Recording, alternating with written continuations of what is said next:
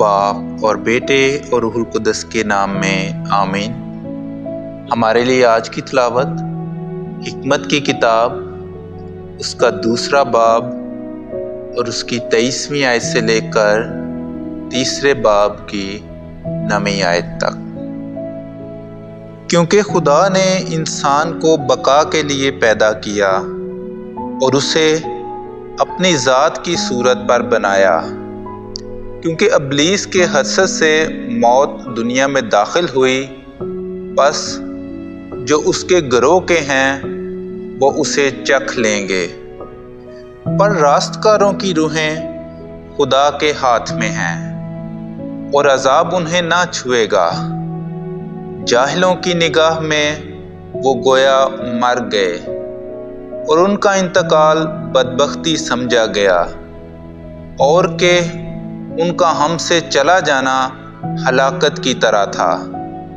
لیکن وہ سلامتی میں ہیں، اور گو آدمیوں کے نزدیک انہوں نے دکھ اٹھایا تو بھی بقا کی پوری امید تھی، اور تھوڑی سی تادیب کے بعد انہیں بڑا ثواب حاصل ہوگا، کیونکہ خدا نے انہیں آزمایا اور اپنے لائق پایا۔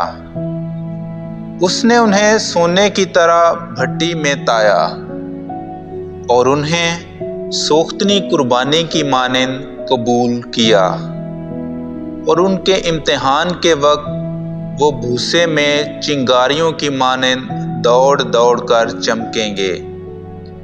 وہ قوموں کی عدالت کریں گے اور امتوں پر حکمران ہوں گے، اور خداوند ابد تک ان پر مسلط ہوگا۔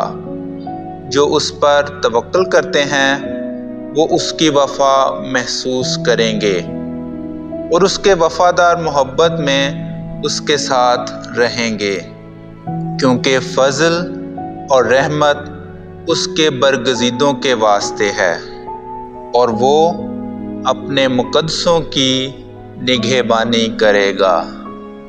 کلام اقدس کا پڑھا اور سنا جانا ہم سب کے لیے باعث برکت ہے۔